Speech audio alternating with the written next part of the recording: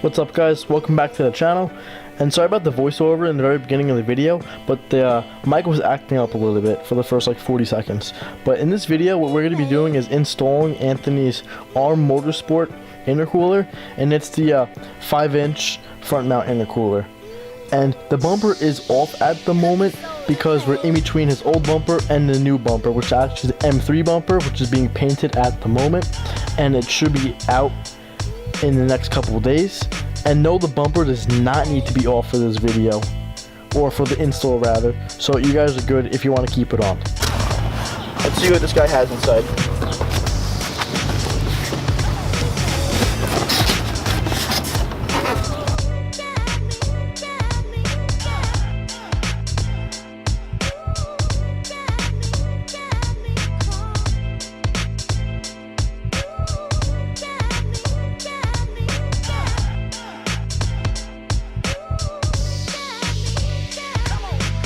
Here we have intercooler itself, a lot bigger than the stock one, and it kind of has like this step design, so it fits well inside the car.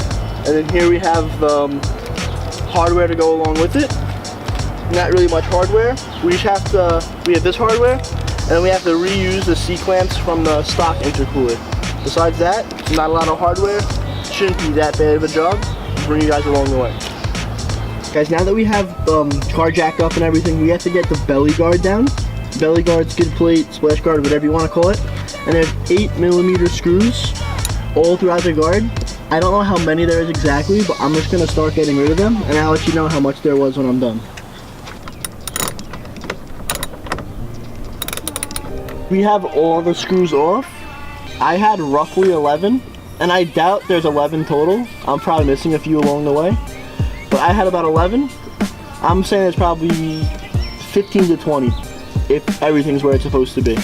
But next thing to do, if you had the bumper on the car, is you would pull the skid plate either backwards towards the rear of the car or forwards to loosen it. But in my case, I don't have any bumper holding it down, so this piece should just fall right down. Besides the one screw I missed. So we do have 12, guys. We do have 12. So now we are under the car, and we have a full view of the intercooler and what has to be taken off. We're gonna come under here real quick and I'm gonna show you. We have the two T25 screws, and then we have the two C-clamps on each side. So right now you are looking at the passenger side of the car.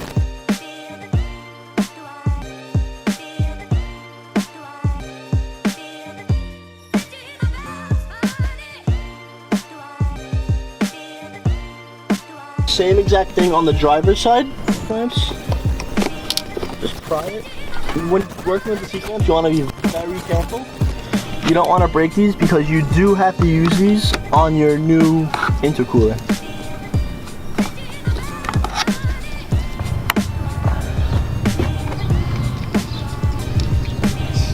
Alright, that took a while, guys, but I just wanted to be extra careful with it, then break it. This is the first C-clamp. Now once again, this is the driver's side C-clamp. Just gonna lay that off to the side. And then I'm gonna do the same thing on the passenger side for the C-clamp. Okay, so now we have the two C-clamps off. One here, one over there. Next step is to take off the T25s. One on the driver and the one on the passenger side. Once you take these off, the intercooler should come down. So just like prepare yourself for it to fall.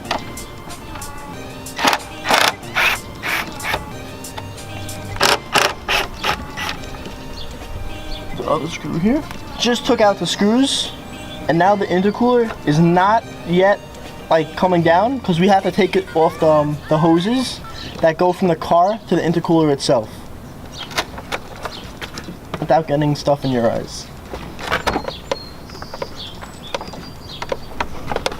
Okay, there's one.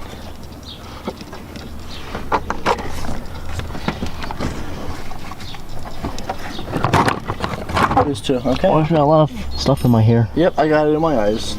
Okay, now that the two hoses are out, this intercooler should drop for the most part. What the hell is this thing? Whoa. Guys, I don't know what we just found, but that just hit me. Treasure hunt, guys. Where did this come from? There is still wax on up here. There you go. Wow. Wow, look at all those leaves. Woohoo! Take this stock boy out of here. I'll get out of here too. That was beautiful. Well, we got a tool out of it. And we have a, what's it called here? We have a dead bee. Look at this boy. Look at that guy. I'm gonna put him in the grass in case he does come back to life. I don't want to step on him. Live free, little boy. All right, back on a serious note. Look at the size difference from this one, stock boy intercooler. I think this is a 3-inch intercooler, the stock one was. And then here the aftermarket one is a 5-inch intercooler.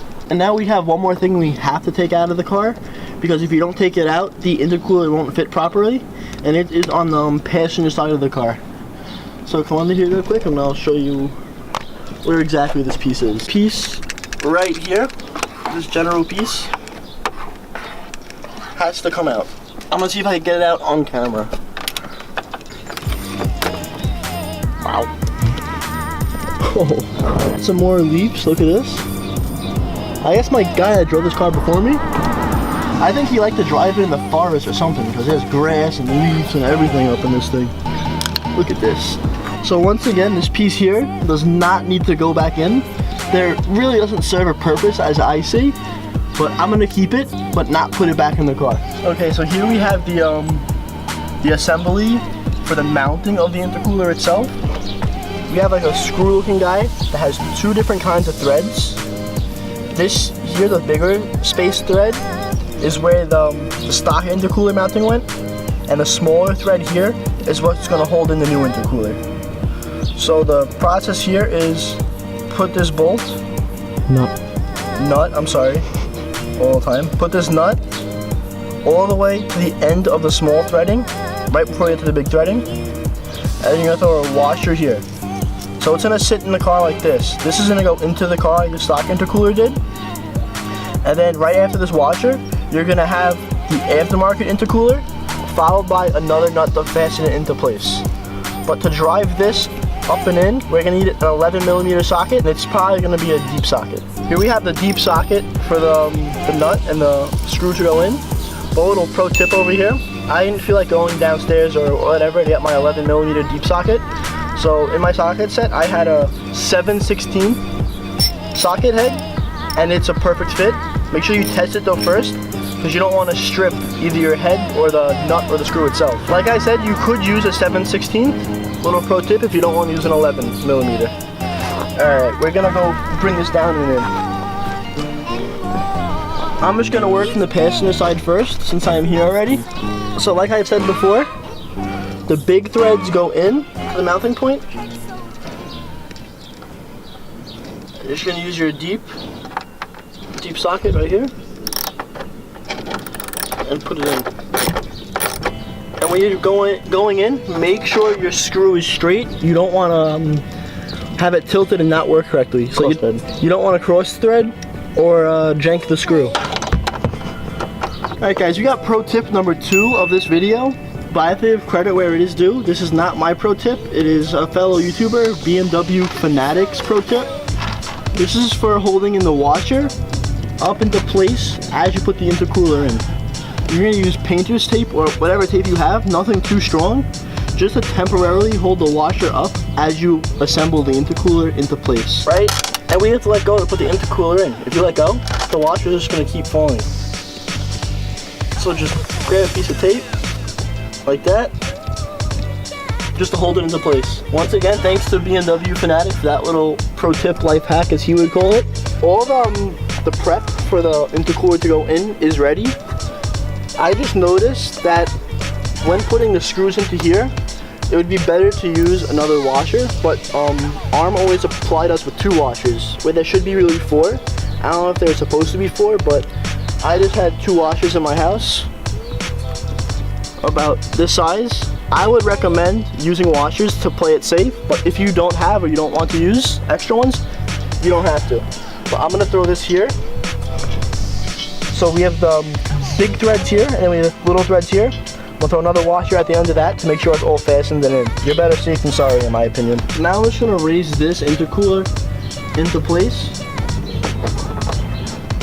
just be very gentle with it.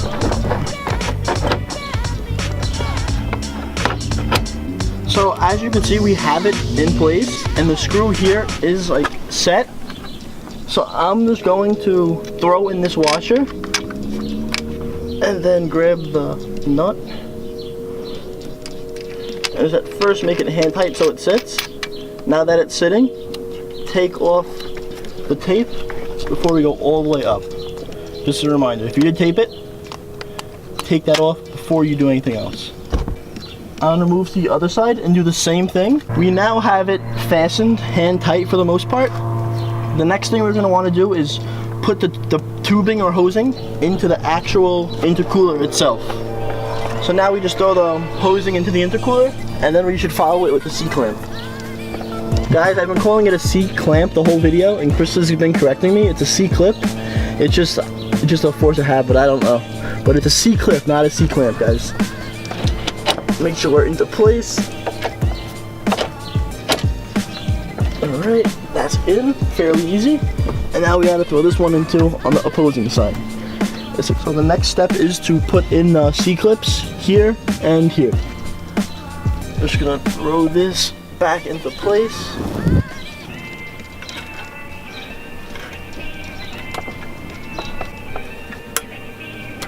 Alright. There we go. That C-clip is back into place, everything's in. I'm just gonna mess around with this hose a little more, make sure it's 100% snug. And once it's snug, I'm gonna throw in the C-clip over here, okay? And since we're down here, just gonna fasten through here. Remember, again, this is the 11mm or the 7/16. Now the intercooler is in, everything's fastened, we showed you. And now the final step is just to put back on the skid plate, belly guard, splash guard, whatever you guys want to call it. Make sure you put in all the screws you took out so you're not loose. Okay guys, as you can see, new intercooler is in right here. All in, not loose or anything. Got the old one here. I can't get over how small this was. I don't know why they just didn't make a stock one bigger. If an aftermarket one bigger could fit in, no problem. But it's in, everything looked good. Just remember the C-clips on the one on each side, passenger, nice plate, passenger and driver side. And then we have the screws with the 11mm socket or 7/16 in our case. And we came out with some spare parts. This thing here that was from the passenger side, we took it out because the intercooler wouldn't fit, and there's really no purpose served by this, so it's okay. And then we have the old T25 screws, spare parts too. And it's always a good job when you come out of a job with a new and free tool. I don't know how long this has been here, but it is corroded and disgusting. But it's pretty cool, free tool, you know. Once again, stock intercooler is here. This one, new intercooler is here. It's the Arm Motorsport front mount intercooler, the 5-inch one. And it says it should add like, it said adds up to 30 horsepower. I'm sure it's with the tune. With a tune, it could probably push 35 to low 40 with a tune. But that's it. I put the skid plate back on. Next thing to do is put the bumper on, which is the M3 bumper, but that'll be another video itself. I hope you guys enjoyed, and if you guys have any questions or comments about the intercooler itself or how to install it, leave them in the comments below, or anything else you want to say, leave it down below. And I don't know what else to do, guys. This is pretty much it for the video. That's it. If you liked the video, drop a thumbs up. If you haven't subscribed, please do that as well, because we're making the climb up. We're getting there at a very slow pace, but the videos are going to keep coming out. We'll see you guys in the next one. Hope you enjoyed. Peace.